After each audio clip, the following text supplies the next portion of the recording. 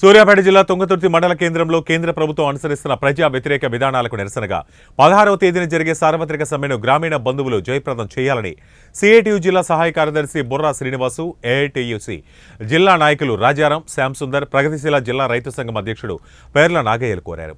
తుంగతుర్తి నియోజకవర్గ కేంద్రంలో బంద్ను జయప్రదం చేయాలని బైక్ ర్యాలీ నిర్వహించారు. తదనంతరం వారు మాట్లాడుతూ దేశంలో ఉన్న సంపదను కొద్దిమంది చేతుల్లో పెట్టి ఎక్కువ శాతం ఉన్న పేద మధ్యతరగతి వర్గాలకు అన్యాయం చేస్తున్న బీజేపీ ప్రభుత్వం వెంటనే గద్దె దిగాలని కోరారు. జీవనోధారమైనటువంటి ఉద్యోగాలు కావాలి, ఉపాధి కావాలి. అట్లాగనే ఆ రోజు చెప్పాడు, దేశంలో నేను అధికారంలోకి వస్తే గత పాలకులు మొత్తం ఈ దేశాన్ని అంతా పీడించి నల్ల డబ్బును విదేశాల్లో దాచిపెట్టారు. నేను వచ్చిన తర్వాత ఆ ధనాన్ని బయటికి తీసుకొచ్చి ప్రతి ఒక్కరి అకౌంట్లో 15 లక్షల రూపాయలు వేస్తామని చెప్పి జీరో అకౌంట్ కూడా ఓపెన్ చేయడం జరిగింది. కానీ ఇంతవరకు 15 లక్షలు కాదు, 15 రూపాయలు కూడా వేయలేనటువంటి దుస్థితి ఉన్నది.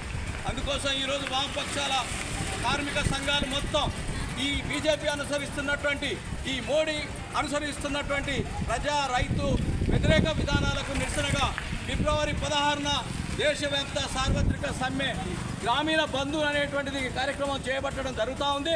దీనికి సకల జనులు, అన్ని రంగాల ప్రజలు, మేధావులు మద్దతు ఇచ్చి ఈ కార్యక్రమాన్ని జయప్రదం చేయడం కోసం మేము అందరినీ పేరు పేరున వేడుకుంటూ, ఏదైతే ప్రజలు స్పందిస్తూ ఉంటారో ప్రభుత్వం అనుసరిస్తున్నటువంటి ప్రజా వ్యతిరేక విధానాలకు ప్రజలు స్పందించాలి.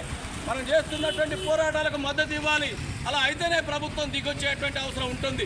గత సంవత్సరం ఢిల్లీలో నల్ల చట్టాలు తీసుకొస్తే కొన్ని వేల మంది ఒక సంవత్సరానికి పైగా సమ్మె చేస్తే ప్రభుత్వం దిగొచ్చి నల్ల చట్టాలను రద్దు చేసుకునేటువంటి పరిస్థితి ఏర్పడింది.